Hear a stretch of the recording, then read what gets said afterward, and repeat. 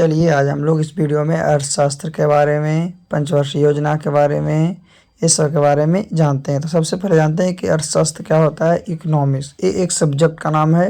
तो अर्थशास्त्र में हम किसी क्षेत्र के अर्थव्यवस्था का अध्ययन करते हैं और अर्थशास्त्र जो है मानव की आर्थिक गतिविधियों का अध्ययन करता है और आर्थिक गतिविधियों वह सारी गतिविधियाँ होती है जिससे आर्थिक लाभ या हानि के तत्व मौजूद होते हैं, विद्यमान होते हैं, उसी को अर्थशास्त्र कहा जाता है। फिर है इकोनॉमी, जिसको अर्थव्यवस्था कहते हैं।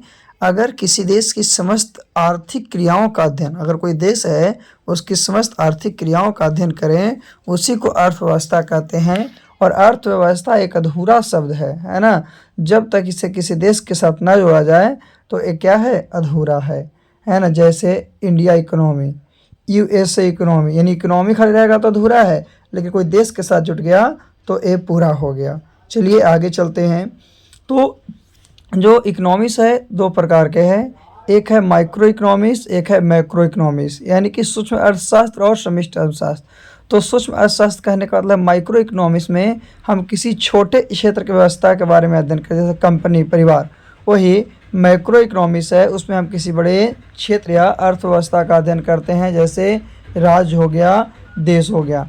तो इस तरह से आपका इकोनॉमी जो है, इकोनॉमिक्स दो प्रकार के हैं, एक माइक्रो है और एक मैक्रो है, यानी कि एक सूक्ष्म है तो एक जो है आपका समष्टि है ना। जो एक देश के लिए है, राज्य के लिए, एक तो कंपनी, एक परिवार के लिए। चलिए आगे चलते हैं। तो अर्थव्यवस्था के प्रकार, टाइप ऑफ इकोनॉमी आपका निम्न प्रकार है, जिसमें पहला है पूंजीवादी अर्थव्यवस्था। तो ऐसी अर्थव्यवस्था जिसमें उत्पादन के साधन पर निजी स्वामित्व हो और सरकार का हस्तक्षेप बहुत कम, यानी सरकार उसमें कोई हस्तक्षेप नहीं करे, उससे हम लोग पूंजीवादी अर्थव्यवस्था कहते हैं। जैसे ब्रिटेन, फ्रांस, यूएसए यानी यूनाइटेड स्टेट्स अमेरिका। तो ये सब पूंजीवादी अर्थव्यवस्था जिस पर निजी स्वामित्व है और सरकार हस्तक्षेप, मतलब कि सरकार का हस्तक्षेप बहुत कम है। दूसरा समाजवादी अर्थव्यवस्था। तो ऐसी अर्थव्यवस्था जिसमें उत्पादन के साधन और आय के साधन, उत्पादन के भी साधन और आय के भी साधन, दोनों का साधन सरकार का नियंत्रण होता है और निजी स्वामित्व बहुत कम होता है। इसमें भी निजी स्वामित्व कहने का मतलब पर्सनली जो स्वामित्व होता है, पर्सनली जो अधिकार होता है बहुत कम होता है, उसी को समाजवादी अर्थव्यवस्था कहा जाता है। जैसे चीन, जैसे क्या हो गया, चीन। चलिए आगे तीसरे अर्थव्यवस्था में। तो तीसरा अर्थव्यवस्था है वो है मिश्रित अर्थव्यवस्था। तो मिश्रित अर्थव्यवस्था वैसी अर्थव्यवस्था को कहते हैं जिसमें सरकारी और निजी स्वामित्व दोनों होता है ना, इन दोनों मिला हुआ है। यानी कहने का मतलब कि समाजवादी और जो आपका निजी जो हो गया दोनों रहेगा, उसी को हम लोग मिश्रित अर्थव्यवस्था कहते हैं। फिर है खुली अर्थव्यवस्था। तो ऐसी अर्थव्यवस्था जहाँ पर आयात निर्यात बड़ी मात्रा में हो और आयात निर्यात पर सरकार का हस्तक्षेप क्या हो, बहुत कम हो, यानी आयात निर्यात आने और जाने की मात्रा बहुत हो और उसमें सरकार का हस्तक्षेप भी बहुत कम हो, उसी को हम लोग खुली अर्थव्यवस्था कहते हैं। जैसे सिंगापुर हो गया, यूएसए हो गया, ये जो है यहाँ पे आयात निर्यात के लिए सरकार का हस्तक्षेप बहुत कम है, इसीलिए वो खुली अर्थव्यवस्था है। चलिए हम लोग आगे जानते हैं। लास्ट टाइप है बंद अर्थव्यवस्था। तो ऐसी अर्थव्यवस्था जहाँ पर आयात निर्यात पर सरकारी हस्तक्षेप बड़ी मात्रा में हो और आयात निर्यात बहुत कम होता है, उसी को बंद अर्थव्यवस्था कहते हैं, जो कि नॉर्थ कोरिया में है ना। तो अर्थव्यवस्था के प्रकार देखते हैं कि फादर ऑफ माइक्रो इकोनॉमिक्स किसको, तो अल्फ्रेड मार्शल को कहा जाता है। फादर ऑफ माइक्रो इकोनॉमिक्स तो अल्फ्रेड मार्शल को, फादर ऑफ मैक्रो इकोनॉमिक्स तो जेएम क्रेन्स को, और father of modern economics, father of modern economics है वो आपको अदाम स्मिथ को कहा जाता है। किसको, अदाम स्मिथ को कहा जाता है। इसमें सबसे ज़्यादा पूछने वाला क्वेश्चन है father of micro economics. Father of क्या, माइक्रो इकोनॉमिक्स, तो याद रखना है अल्फ्रेड मार्शल। फिर फादर ऑफ मैक्रो इकोनॉमिक्स तो जेएम क्रेन्स। चलिए आगे चलते हैं। पंचवर्षीय योजना। तो पंचवर्षीय योजना 1951 से 2017 तक के जानते हैं। तो पहली पंचवर्षीय योजना 1951 से 56, दूसरी पंचवर्षीय योजना 56 से 61, तीसरी पंचवर्षीय योजना 61 से 66, 64 पंचवर्षीय योजना 69 से 1974, पाँचवीं 1974 से 1978, छठी 1980 से 1985, सातवीं 1985 से 1990, आठवीं 1992 से 1997, नौवीं 1997 से 2002 और 10वीं 2002 से 2007। 11वीं जो है आपका 2007 से 2012 और 12वीं पंचवर्षीय योजना है जो 2012 से 2017। तो अभी तक 12वीं पंचवर्षीय योजना के बारे में जानेंगे, लेकिन इसमें से कुछ कुछ जो है आपका साल जो छूटा हुआ है, तो ये छूटे हुए साल को क्या कहते हैं, ये छूटे हुए साल को क्या कहते हैं, तो उसके बारे में जानते हैं। 66 से 69, 68 से 80, 90 से 92।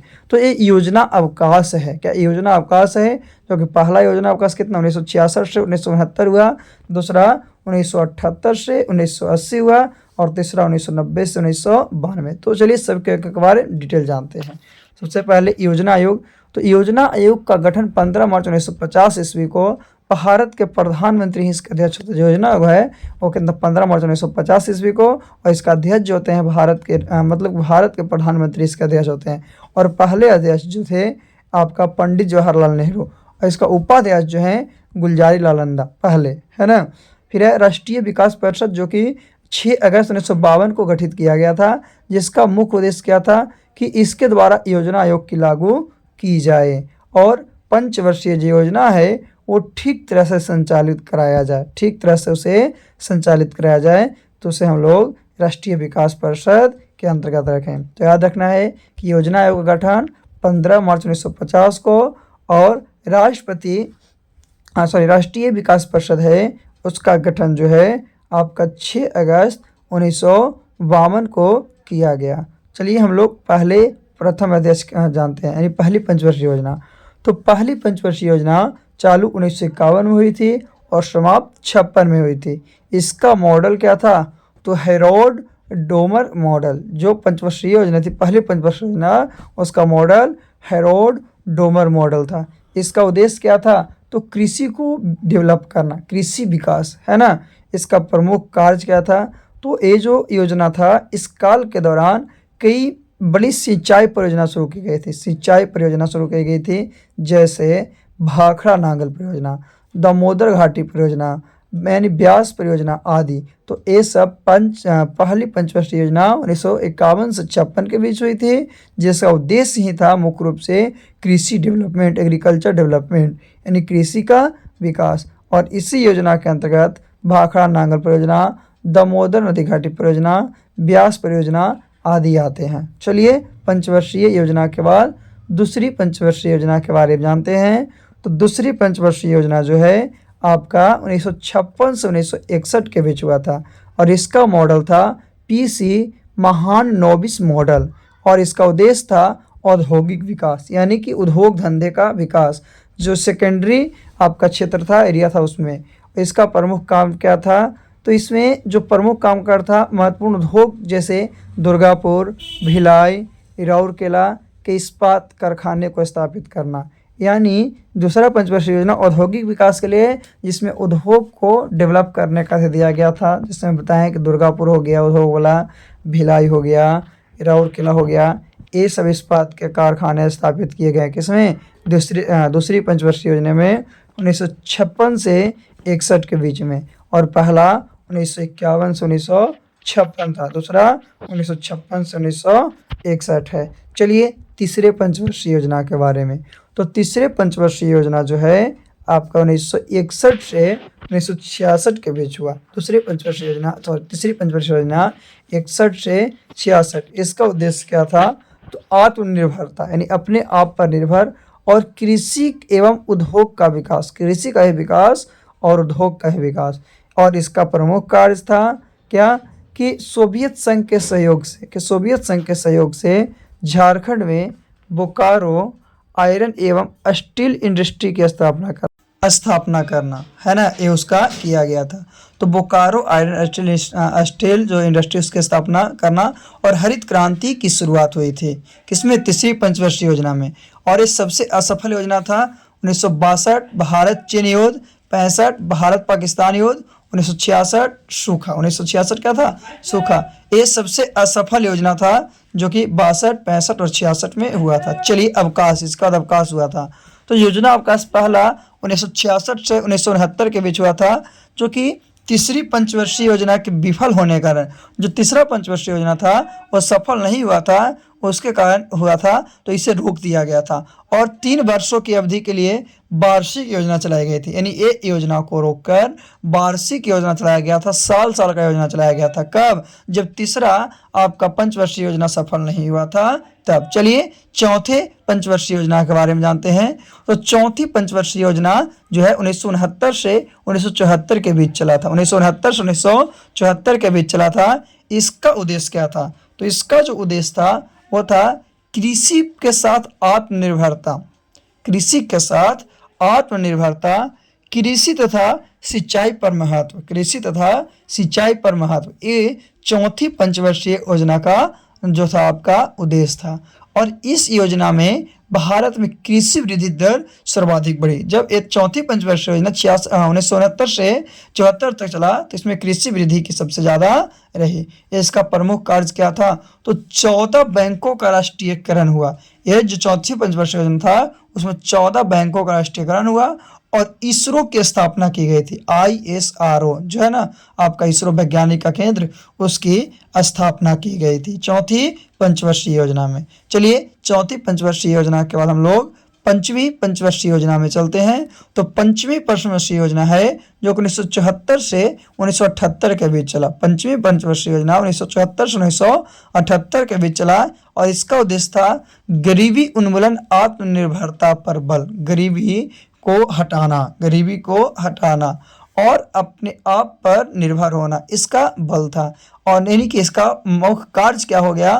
तो पहली बार गरीबी हटाओ का नारा दिया गया और यह पहली योजना थी। यानी कि सबसे पहली योजना कौन थी जिसमें गरीबी हटाओ का नारा दिया गया था? तो पांचवी पंचवर्षीय योजना 1974 से 1978 के बीच, जो कि केवल 4 साल तक ही चला, यानी ये भी एक साल अवकाश हो गया। चलो दूसरा योजना अवकाश देखते हैं।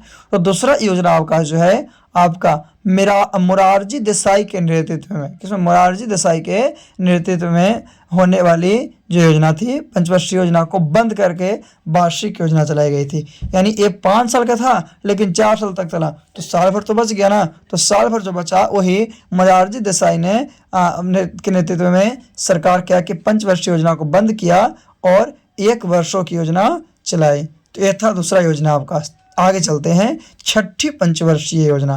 तो छठी पंचवर्षीय योजना 1980 से 1985 के बीच चलाई गई, जिसका उद्देश्य था गरीबी उन्मूलन, रोजगार में वृद्धि, गरीबी उन्मूलन, रोजगार में वृद्धि। और इसका प्रमुख कार्य था नाबार्ड की स्थापना करना। किसकी?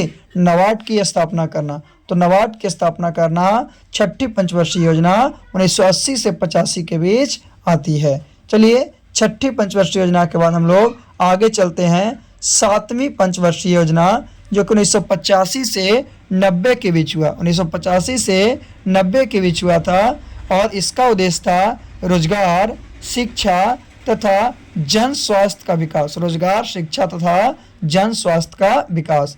इसका प्रमुख कार्य था गरीबी की माप सबसे पहले इस योजना के दौरान की गई थी कि कितनी गरीबी है, और भोजन, काम और उत्पादन का नारा इस योजना के अंतर्गत दिया गया था। सातवीं पंचवर्षीय योजना के अंतर्गत आपका भोजन, काम और उत्पादन का नारा दिया गया था।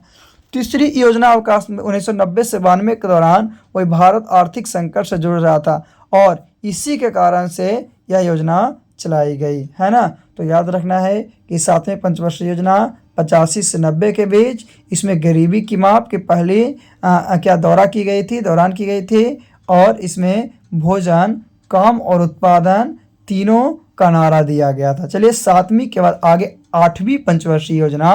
तो आठवीं पंचवर्षीय योजना 1992 से 97 के बीच हुआ था। इसका उद्देश्य था मानव संसाधन का विकास। क्या था? मानव संसाधन का विकास करना। और इसका कार्य था कि प्रधानमंत्री रोजगार योजना की शुरुआत की जाए। आठवीं पंचवर्षीय योजना के अंतर्गत प्रधानमंत्री रोजगार योजना शुरू की गई थी 1993 में। क्यों? क्योंकि आठवीं पंचवर्षीय योजना आपका 92 से 97 के बीच था, तो 93 में प्रधानमंत्री रोजगार योजना शुरुआत की गई थी। चलिए 8वीं के बाद हम लोग 9वीं पंचवर्षीय योजना के बारे में जानते हैं। पहले तो 9वीं पंचवर्षीय योजना जो है वो 1997 से 2002 के बीच हुआ था। 9वीं पंचवर्षीय योजना 1997 से 2002 के बीच हुआ था, जिसका उद्देश्य था न्यायपूर्ण वितरण एवं समानता के साथ विकास। समानता के साथ विकास किसका? 9वीं पंचवर्षीय योजना का। उसके बाद 10वीं पंचवर्षीय योजना 2002 से 2007 के बीच, है ना, जिसका उद्देश्य था गरीबी और बेरोजगारी को समाप्त करना। गरीबी को और बेरोजगारी को समाप्त करना और अगले 10 वर्षों में, अगले 10 सालों में प्रति व्यक्ति आय को दुगनी करना। यानी कि अगर 10 रुपया है तो उसको 20 रुपया करना, 100 रुपया है तो 200 रुपया करना, यानी कि प्रति व्यक्ति आय की दुगनी करना। ये आपका 10 वर्षीय 10वीं पंचवर्षीय योजना के अंतर्गत है, जिसकी अवधि 2002 से 2007 है। चलिए 11वीं पंचवर्षीय योजना के बारे में जानते हैं। तो 11वीं पंचवर्षीय योजना की अवधि 2007 से 2012 है। 2007 से 2012 है, जिसका उद्देश्य तीव्रतम एवं समावेशी विकास है। तीव्रतम एवं समावेशी विकास है ना, किसका? 11वीं पंचवर्षीय योजना का। वही 12वीं पंचवर्षीय योजना है 2012 से 2017। 2012 से 2017, तो इसका उद्देश्य था तीव्र, समावेशी और सतत विकास को बढ़ाना। तीव्र, समावेशी और सतत विकास को बढ़ाना 12वीं पंचवर्षीय योजना के अंतर्गत। तो 1 जनवरी 2015 को मंत्रिमंडल के एक प्रस्ताव के तहत योजना आयोग की जगह एक नई संस्था का गठन किया गया था। कौन सा? नीति आयोग का गठन। किसका? नीति आयोग का गठन। तो पूछता है कि नीति आयोग का गठन कब किया गया? तो 1 जनवरी 2015 को मंत्रिमंडल में योजना आयोग के तहत नई संस्था एक हुआ, जिसका नाम दिया गया नीति आयोग। तो ये था पंचवर्षीय योजना। अब हम लोग थोड़ा सा नेशनल इनकम के बारे में जानते हैं। नेशनल इनकम क्या है?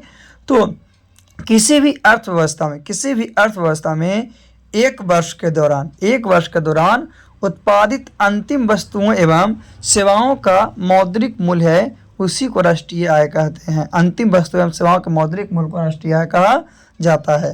और राष्ट्रीय आय में देश के समान निवासियों द्वारा चाहे घरेलू सीमा के अंदर या विदेशों में भी उत्पादन या सेवा प्रदान करे, उसे भी शामिल किया जाता है। तो ये है। दूसरा है कि मध्यवर्तीय वस्तु के मूल्य को शामिल नहीं किया जाता है। मध्यवर्ती जो बीच वाला है उसके मूल्य को शामिल, जैसे कि देखिए यहाँ पे आपका एक फिगर दे, आलू का महत्व है, अंतिम वस्तु का महत्व है, लेकिन आलू से जो बना उसका महत्व है नहीं है। तो ये कह रहा है कि मध्यवर्ती वस्तु को मूल्य को शामिल नहीं किया जाता है। किसमें? राष्ट्रीय आय में। किसमें? राष्ट्रीय आय में। आगे तो केंद्रीय सांख्यिकी संगठन क्या है? CSO क्या है? यानी सेंट्रल स्टैटिस्टिकल ऑर्गेनाइजेशन। तो भारत में कृषि आय की गणना के लिए आपका केंद्रीय सांख्यिकी विभाग द्वारा यह स्थापना की गई थी, है ना। CSO यानी कि केंद्रीय सांख्यिकी विभाग, राष्ट्रीय आय की गणना के लिए। इसकी स्थापना मई 1951 में नई दिल्ली में की गई थी। मई 1951 में नई दिल्ली में की गई थी। और भारत में राष्ट्रीय आय के आंकड़े जो वित्तीय वर्ष 1 अप्रैल से 31 मार्च तक आधारित है। 1 अप्रैल से 31 मार्च तक आधारित है। और राष्ट्रीय आय की गणना के लिए केंद्रीय सांख्यिकी विभाग द्वारा भारतीय अर्थव्यवस्था को 3 क्षेत्रों में, 3 सेक्टर में क्या किया? बांट दिया, अलग कर दिया, जिसमें पहला है प्राथमिक क्षेत्र, दूसरा है द्वितीयक क्षेत्र और तीसरा है तृतीयक क्षेत्र। प्राथमिक क्षेत्र जो है वो कृषि को कहा जाता है, द्वितीयक क्षेत्र जो है औद्योगिक क्षेत्र को कहा जाता है और तृतीयक क्षेत्र जो है सेवा क्षेत्र को कहा जाता है। फिर है प्राथमिक क्षेत्र। तो बताएं कि प्राथमिक क्षेत्र में मुख्यतः कच्चे माल से संबंधित वस्तुओं को शामिल किया जाता है, जैसे कृषि हो गया, पशुपालन खनन हो गया, ये सब प्राथमिक क्षेत्र में। द्वितीय क्षेत्र में उद्योग क्षेत्र, तो वह क्षेत्र जो प्राथमिक क्षेत्र के उत्पादों को अपनी गतिविधियों में कच्चे माल की तरह उपयोग करते हैं, है ना, कच्चे माल की तरह उपयोग करते हैं, तो द्वितीय क्षेत्र का, जैसे लोहा एवं इस्पात उद्योग, वस्त्र उद्योग, वाहन, बिस्किट, केक इत्यादि उद्योग, ये सब हो गया। फिर तृतीय क्षेत्र, तो इस क्षेत्र में विभिन्न प्रकार की सेवाओं का उत्पादन किया जाता है, जैसे यातायात हो गया, बीमा हो गया, स्वास्थ्य हो गया, शिक्षा हो गया आदि, है ना। तो इस तरह से आपका बताया गया तीनों सेक्टर के बारे में। तो सबसे ज़्यादा कृषि, उसके बाद उद्योग, उसके बाद क्या सबसे ज़्यादा अब जो हो गया तृतीय क्षेत्र में हो गया। चलिए आगे हम लोग चलते हैं इसके आगे की जानकारी के लिए।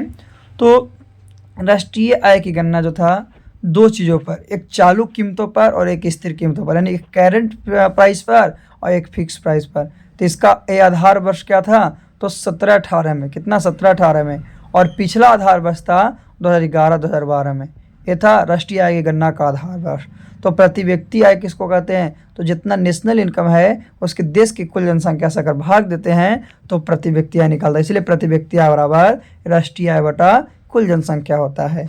और भारत के जो आपका क्या है कि किस राज्य की सर्वाधिक प्रति व्यक्ति आय है, किस राज्य के सबसे ज़्यादा है, तो गोवा के है 4,30,81 रुपया। और सबसे कम प्रति व्यक्ति आय जो है बिहार के है जो कि 40,982 रुपया है ना। तो जिसका कम होता है वो डेवलप कम करता है, जिसका ज़्यादा है वो डेवलप ज़्यादा करता है। फिर है कि दादा भाई नौरोजी ने, किसने, दादा भाई नौरोजी जो थे उसने वर्ष 1867-68 में बताया था कि भारत के जो व्यक्ति हैं उनके प्रति व्यक्ति आय 20 रुपया है। उसके बाद 1901 ईस्वी में लॉर्ड कर्जन बताया कि नहीं, प्रति व्यक्ति आय जो है 30 रुपया है। उसके बाद आए VKRV राव जो 1931-32 में पहली बार वैज्ञानिक तरीका से क्या किया, भारत के प्रति व्यक्ति का आकलन किया और बताया कि नहीं आपका जो आय है वो कितना 62 रुपया प्रति व्यक्ति है। तो सबसे पहले दादा भाई नौरोजी बताए थे कितना 20 रुपया, फिर लॉर्ड कर्जन 30 रुपया, दादा भाई नौरोजी 67-68 में, 1901 में, और VKRV आपका वैज्ञानिक तरीके से 62 रुपया। आगे तो सकल घरेलू उत्पाद GDP जिसको बोलते हैं, तो वर्ष में देश की घरेलू सीमा के अंतर्गत देश के निवासियों द्वारा या विदेशियों द्वारा किए जाने वाले उत्पादन या प्रदान की जाने वाली सेवा के अंतिम मौद्रिक मूल्य होता है, उसी को हम लोग क्या कहते हैं, सेवा मतलब कि GDP कहते हैं, सकल घरेलू उत्पाद कहते हैं। जिसकी समुद्री सीमा जो सकल घरेलू है उसकी समुद्री सीमा 12 नेटिकल मील्स यानी 22 किलोमीटर है। कितना, 22 किलोमीटर है। और 1 NM बराबर होता है, 1 नॉटिकल मिल्स बराबर होता है 1852 मीटर। और उस समय GDP जो था 1.5 करोड़ था। कितना था, 1.5 करोड़, जिसमें टाटा CEO का 100 करोड़ था और सैमसंग CEO का 50 करोड़ था। और फिर ABC जो आया उसका कितना, 80 करोड़ रुपया था। तो ये GDP, और GDP ही किसी देश का विकास निर्भर करता है। GDP है, GDP पर ही किसी देश का विकास निर्भर करता है। फिर है NDP यानी नेट डेमोन्स्ट्रेटिव प्रोडक्ट, शुद्ध घरेलू उत्पाद। तो NDP जो है GDP में से जो हास हुआ, जो आपका कमी आया वो घटा देंगे तो NDP निकलेगा। फिर GNP कहने का मतलब ग्रॉस नेशनल प्रोडक्ट, जिसको सकल राष्ट्रीय उत्पाद कहते हैं। तो केवल भारतीयों के द्वारा अथवा विदेश में एक वर्ष में किए गए कुल उत्पादित अंतिम वस्तुओं तथा सेवाओं के मौद्रिक मूल्य को सकल राष्ट्रीय उत्पाद या GNP के नाम से, GNP यानी क्यों जी, तो ग्रॉस नेशनल प्रोडक्ट।